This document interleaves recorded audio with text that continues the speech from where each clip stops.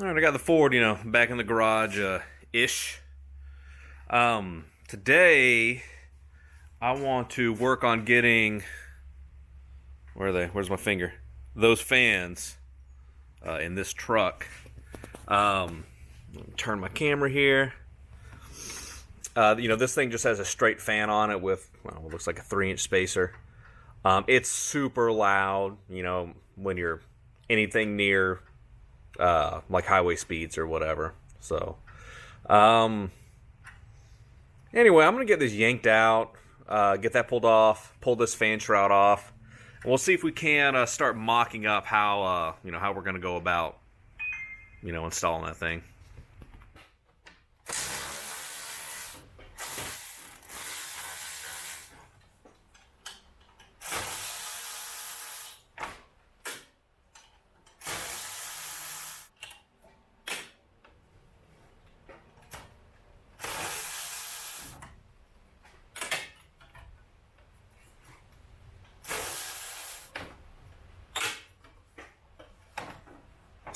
Spacer and the fan.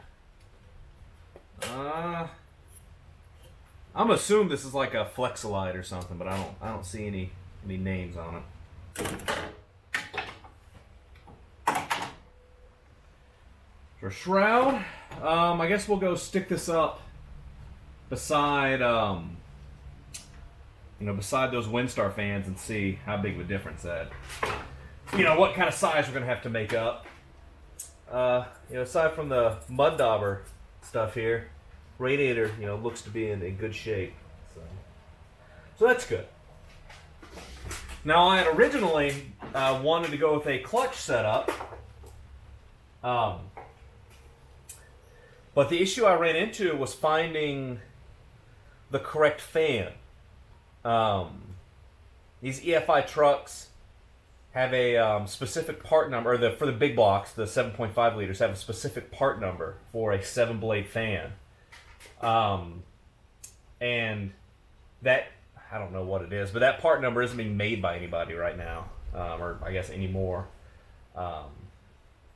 And I don't know, I just have heard so many horror stories, especially like people like RVs, this thing is going to be heavy, of battling overheating issues, by either having a flat 5-blade fan in or the wrong 7 blades. So I figure I'll go the electric fan route. We'll give it a shot.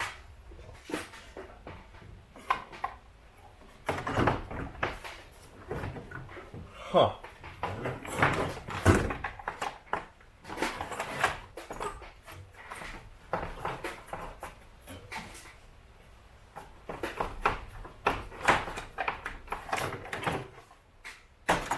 Well, what if we do one of these?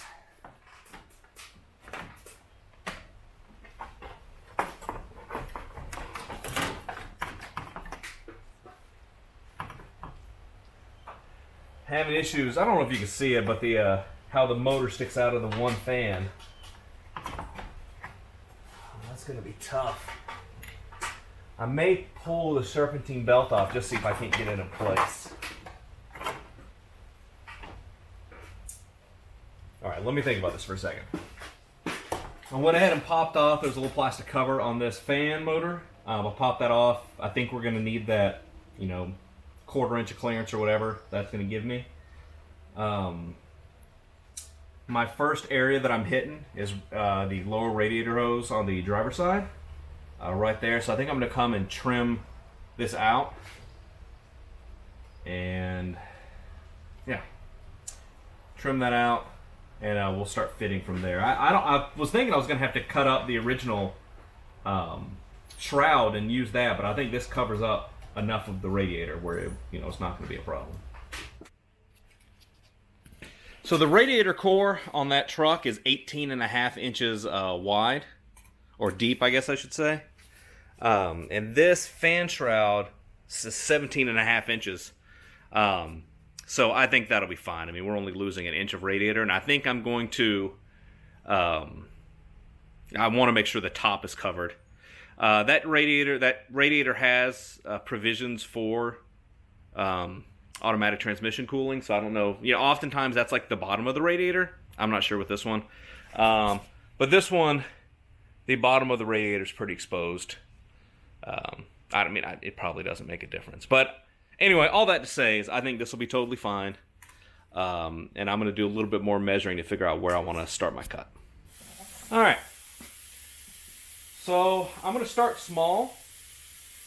I know that I want to go about 3 inches from the bottom and come over. I mean, I'm probably just going to come over where it stops rounding over for right now. I'll try it again. And if we need to take more off, we can take more off. No big deal.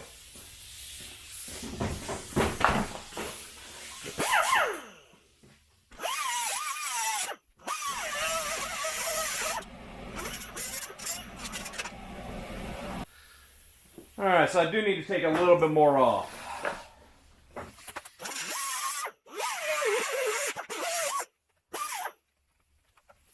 Alright, so that seemed okay. I'm going to do the same thing now on this side for the upper radiator hose.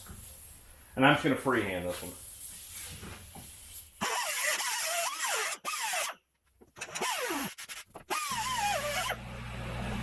Alright, with those little trims, I mean, we are pretty much dead on with this, this radiator. I mean, it's basically perfect. Now, I do have a gap at the top that I probably don't want to have. And I don't exactly know how I want to take care of that. So I've got to cover this. Now, actually, probably the easiest thing to do is take a piece like angle aluminum or something and run it across the top, and that'll give me something to tie supports into as well. No, this thing fits great. I'll have to, once I get it mounted up, we'll have to bring the camera on. On the driver's side, this fan comes close to stuff, but it doesn't hit anything.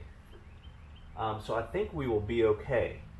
And I think I'll be able to change the serpentine belt with this in as well, which is good, because it needs to be replaced. So, all right. While I don't know how I want to mount it at the top or the bottom, I do know that these tabs here on the side are just a pain in the butt right now, so I'm going to get rid of those.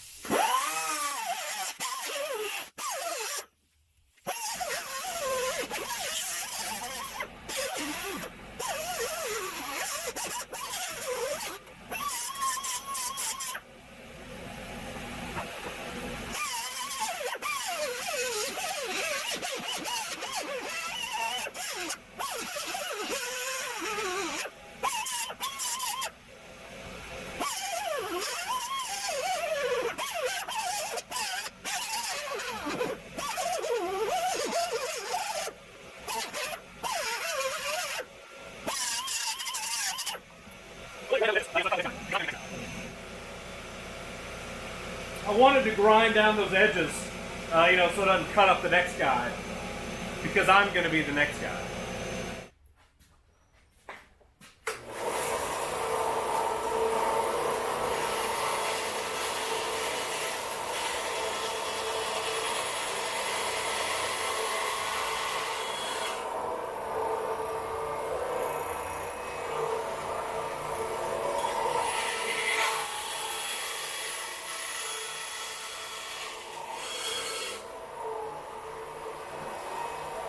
Alright, so I have an idea of where my mounts need to go. What I'm going to try to do is kind of prep this surface and see if I can't maybe epoxy or, I'm not sure, do something to get these stuck on here. Anyway, let me get that prepped and we'll see if we can do it.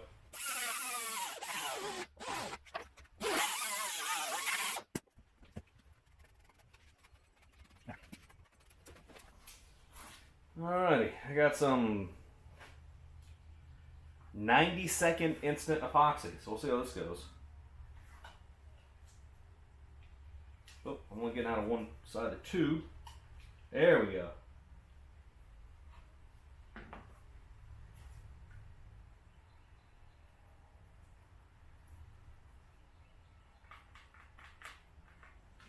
Smells great.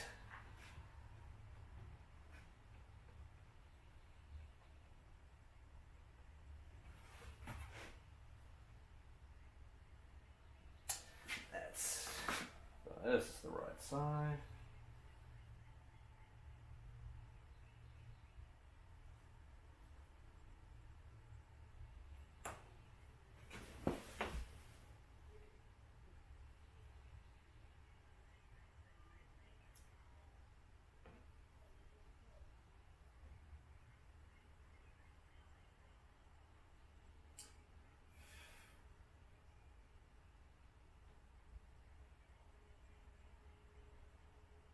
Two hours later.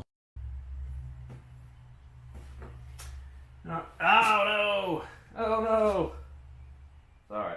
Sorry. You know, I'm gonna have to probably come back and kind of re-schmoo some parts of this. Yeah, I guess a smart guy would have grabbed a clamp or something, but I've never been accused of being smart.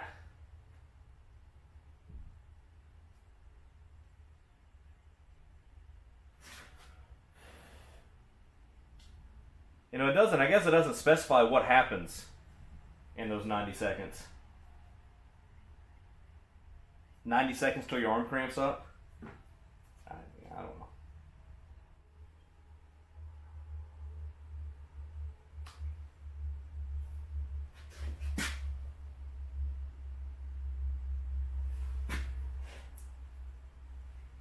It's hard to tell if it's sliding.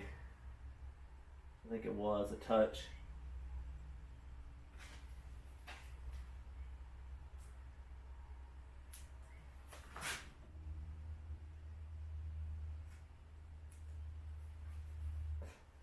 All right, I got those epoxied on. I don't know how long this stuff takes to actually cure because it ain't 90 seconds. So I'm gonna give this a few hours. I sprayed some accelerant on it. It seemed to make it dry faster or set quicker. I don't know. I'm sure you can tell me why I'm wrong. I think once maybe it's fully cured, I'm wondering maybe if I want to come back behind here with something and you know, attach it. You know, just give another little bit of reinforcement. So, all right, I think I'm gonna go grab some lunch and let this finish setting up. All right, I gave these like probably like an hour and a half to dry. They were still a little gummy, so I just put like a bead of CA glue in there and sprayed activator, and it's on there. Hopefully, finish curing the rest of the way. Think what I may do is go ahead and get it in there, get it kind of installed. I went ahead and pulled the plugs out of the motors while it's easy. Secure the top. I don't know what I'm going to do about the bottom yet, if I'm going to do anything. It kind of sits on top of the radiator hose on the driver's side. I may come up with something. But for right now, until we get it operational, I think I'll just go ahead and set it in there so I can figure out how I want my wiring to go.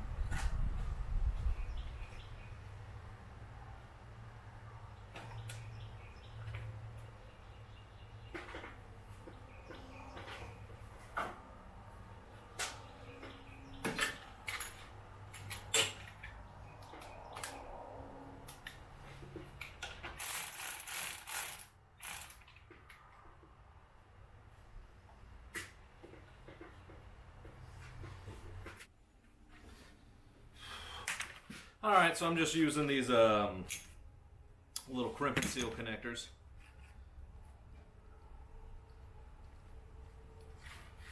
I'm going to give them a crimp on the uninsulated part. Then we'll go ahead and give them a little warm up here.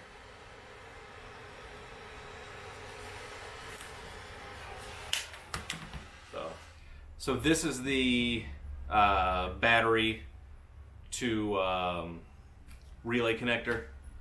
Like I said, just use a little ring terminals on there, and yeah, easy peasy. All right, so got that on. Terminal 87 is going to be your in. Terminal 30 is going to be your out.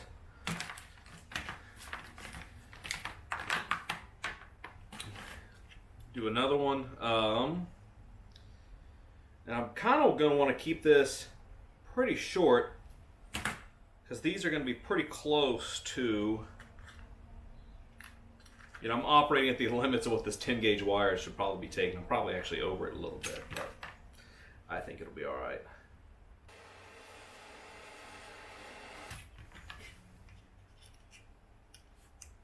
I'm just going to go ahead and get these put on. That way I have a pretty good idea of how much space it's going to take up. That's going to be hot, and I'm really going to want to touch it. Oh, let's see here. 10 millimeter. Why not?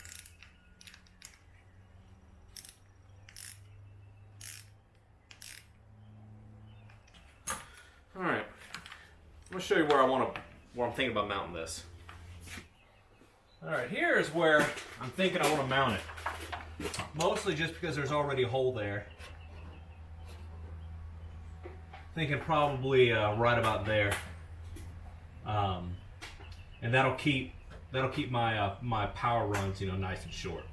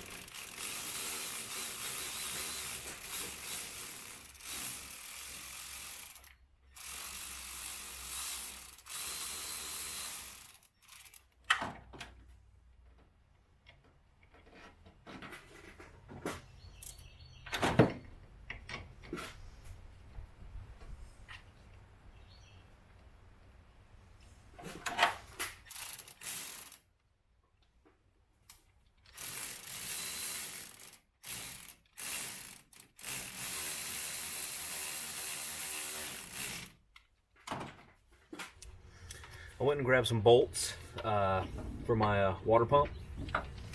They're 5/16, 24 threads per inch. And they're 3/4 of an inch long. So I'm gonna go ahead and get these put in.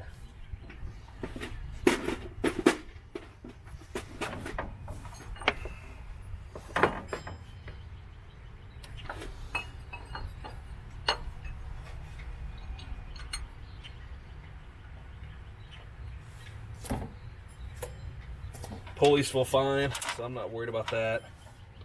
Not tension or tensions, so I think it's all right.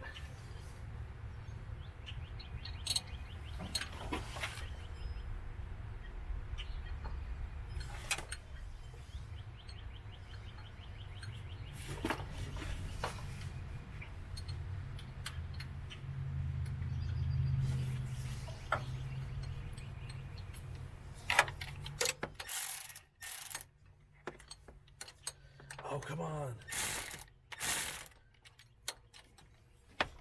Oh, I can't get a ratchet in there anymore. Man. Or electric ratchet, I guess I should say.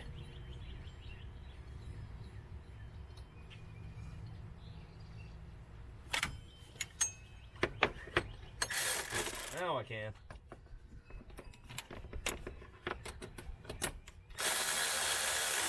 Guess it depends on what position it's in.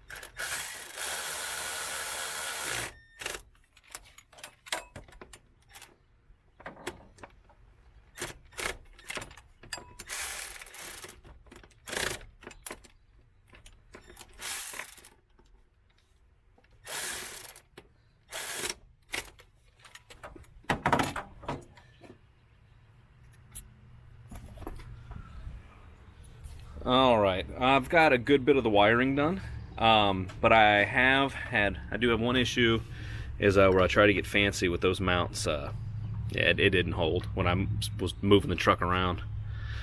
So I got to come up with something different. So I'm gonna kind of clean this up, and then I'll probably rivet, you know, like an L bracket or, you know, just something simple, just to hold it.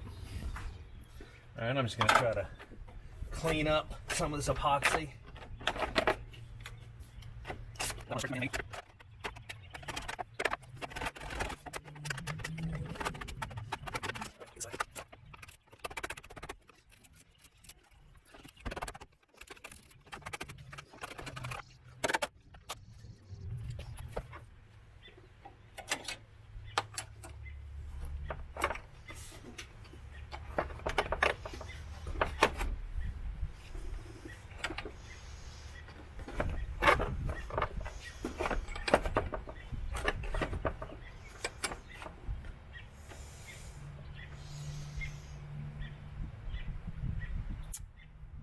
Alright, yeah, it looks like these little hardware store brackets will work just fine.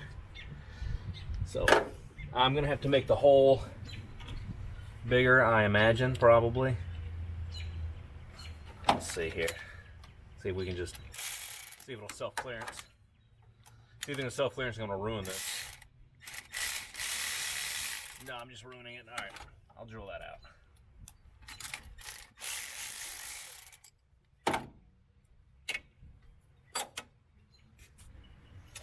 Alrighty, so I widened those up, or drilled that out to 1/4 inch. So these bolts will go in there.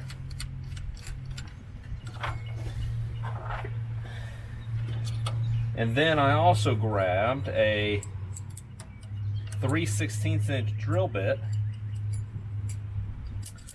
so that I think I want to rivet the shrouds of these. I think that'll look nicer. I won't have to worry about stuff hanging down.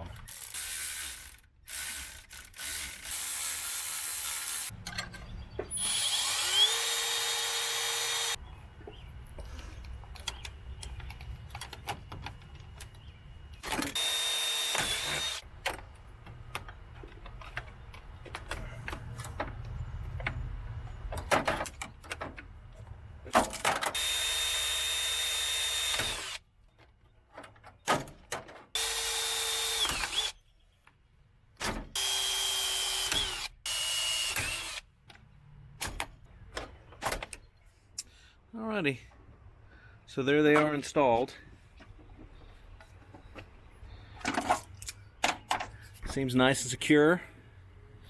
I may come along with something, maybe put something, I've got some rubber that I could stick up there. Let me go grab that, see how that looks.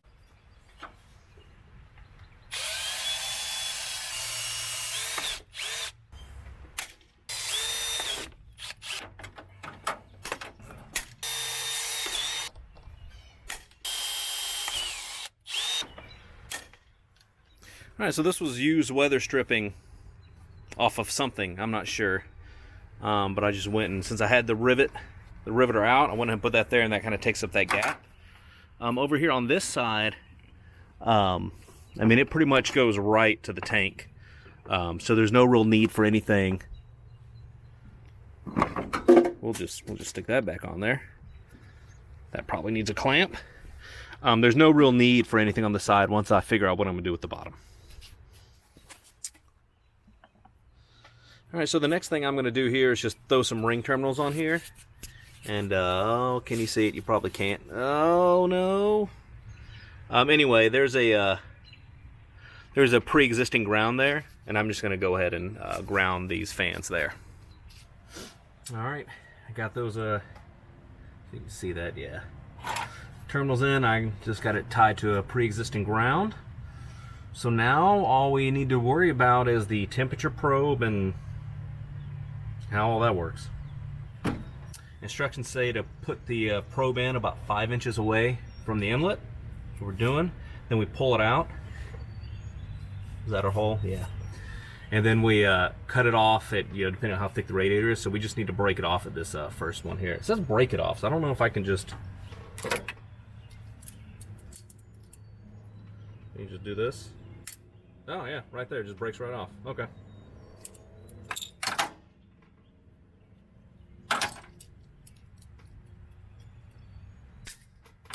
Then we can shove it back in.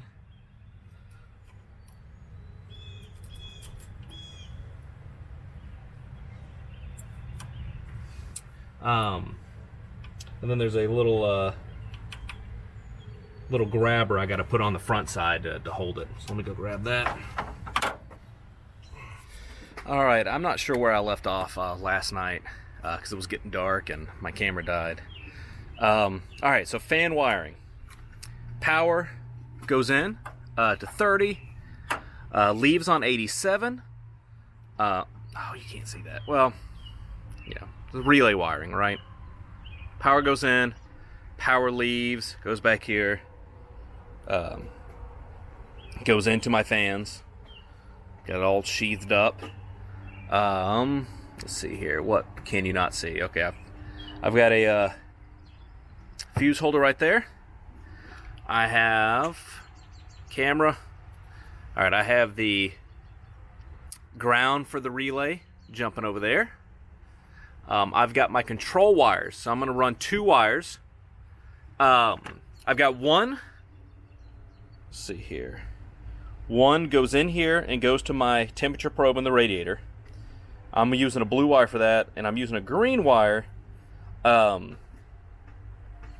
Is going to run in the cab. I've got it running along here, and it'll run through a grommet that already start pre-existing in the firewall there. And that one is going to be switched, so I can turn the fans on, manually if I need to cool it down.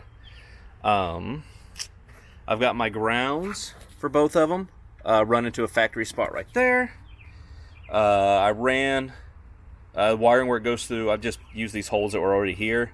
I've got them running through some fuel line. Same thing over here, fuel line. There's another little chunk of fuel line there. Yeah, that's it. So far, I'm waiting on for over here little adhesive tabs to hook zip ties up to. They should be dropping that off here soon. So pull out here. So here's where I'm going to put that switch for the cooling fan. It requires a 7/16 inch hole. Now, you can't see what I'm pointing at.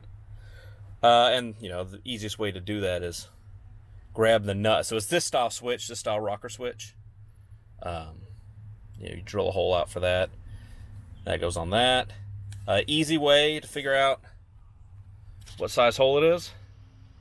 I've got my unibit here. This is an Astro pneumatic one. This thing is mean. It'll rip through mild steel like crazy. So drop this thing down, and we see, we'll focus, that we need to drill a 7/16 inch hole. So here's another thing. This is only a 2-position switch, off and on. But it's got, a whole bunch of little prongs on the back. So we just need to determine what they do. So it should, I'm going to assume it's just going to go. I've got a meter over here. So all right, so let's look here. I'm sorry, you can't see anything. I'm trying to do this. That's off. So I'm going to set it to on. And my top left pin, not connected, not connected.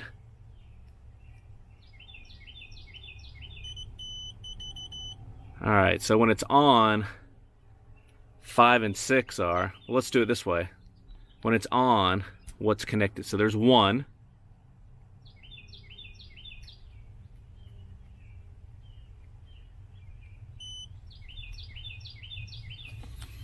Let's see here. So we are still on. I mean, I guess I could look up the switch. That'd probably be the smart thing to do.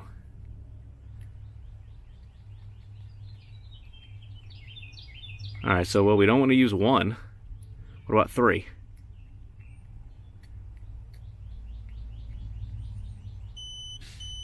All right, we'll use 3 and 2. So it's on, hit the switch, and now it's off. So it's a fumbly, well, it's fumbly because I'm looking through the camera. But we'll go ahead and get this, get some wires put on this, go stick it in the dash. So here's where we're at. I ended up having to use one of these little fuse taps. I had some of the ones that come out, and then you put the fuses in them. It didn't show up. But I got one of these in here. This, I don't know what this goes to. My little thing here that shows where all the fuses are, that's gone. It doesn't matter anyway. It's just enough electricity to run that relay. And this is a key on, power on fuse. I don't know what any of these other wires do, but our wires, our green and blues, look nice. And I guess we will go put the main. Oh, and there's the switch. I'll go put that main fuse in, and hopefully we don't let the smoke out. All right, fans are in, wired. I'm gonna stick our main fuse in here.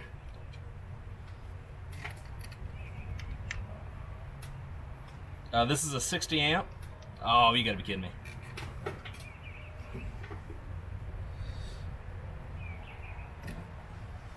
It just is not going in this Chinesian fuse holder. There we go.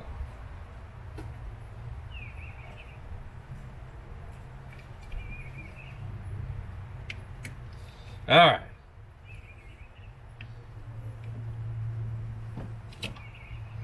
Extra wire. All right, we're in now.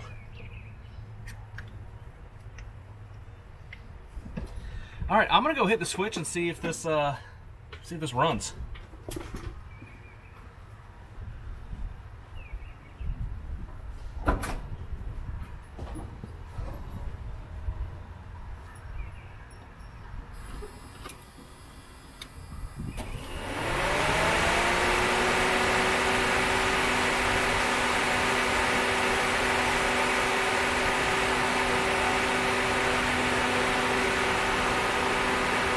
All right.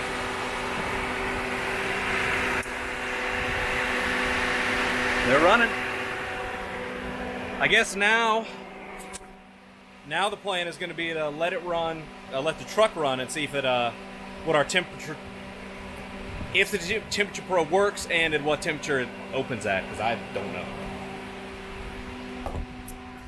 I guess what I should say is I know what temperature it's supposed to open. It's supposed to open up, that one is at 185 degrees.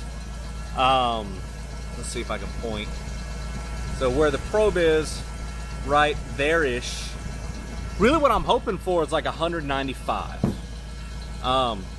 You know, I could move that around, and the radiator, maybe get it to open where I want it to.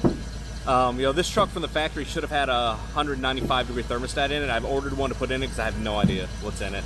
With the straight fan that was in it, with no clutch, I assume it probably has a colder thermostat. I don't know. But anyway, I'm gonna let it run for a while. I may go drive it around to get it to warm up quicker, and we'll see where it's at. All right, a couple observations. One, without that fan making all that noise, that passenger side exhaust manifold leak is super loud. Another one is when this thing is running and I turn on those fans, it really sucks up the juice. So an alternator upgrade may be required here in the future. I'm not sure if this has the 60 or 100 amp alternator, but we're warming up. All right, so they kicked on.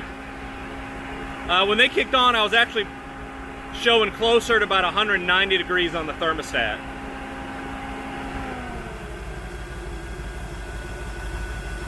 So we'll watch it here and we'll see if they kick right back on or what the deal is going to be. You know, it's probably been a minute since they've been off, maybe a little bit longer. It's so hard to tell what the actual temperature is.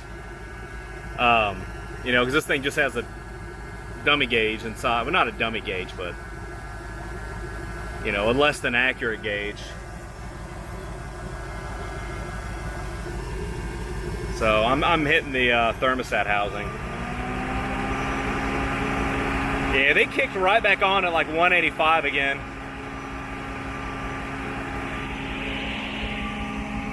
Yeah, so these cool, you know, these temperature gauges, these old trucks are maybe not the most accurate. So definitely keep it on the low side. It's kicking on, you know, somewhere between 180 and 185 degrees. I'd like to have it probably close to 195. So I don't know. I may order another probe. It's easy enough to get to. If you unbolt the fan, I can just slide it in and out. Because I believe that was either a 180 or 185 degree probe. I could move that one further away as well. That's another option I could do. But I kind of already have the wiring, you know, the right length. So I'm going to go drive it around a little bit. All right, well, I just got done taking it for a rip around the neighborhood. Fans are on right now. They pretty much don't come on when you're driving it around, even at low speeds. I guess, you know, just any amount of airflow keeps that radiator from building nearly as much heat, so the probe doesn't pick it up. You know, I'm not sure if that's good or bad in the long term. I think the next real thing I need to do is put in a real temperature gauge, maybe, you know, like down there somewhere. It's like kind of my only spot I took up by putting in a tack right there. I'm not sure when this is going to cut off. These fans have probably been on for like a minute and a half, 2 minutes now, and I just pulled back in the driveway. Sure if I give it a little bit. Well, they're on. You could tell because the needle's usually, you know, swung over. But I don't know. You know, this thing isn't really ready for the road yet. I got a little bit of belt squeal I got to deal with. You can hear pretty bad exhaust leak. And this thing death wobbles like crazy, which I suspect to be due to a track bar issue. It doesn't have a track bar drop bracket, but it has a 3-inch drop pitman arm, so that's not right. So I got to fix that. You know, this thing, it doesn't smell hot, feels good. You know, those fans probably don't need to run all the time, so that's gonna, you know, be kind of rough on this electrical system. So maybe I need to rethink the thermostat that I'm putting in.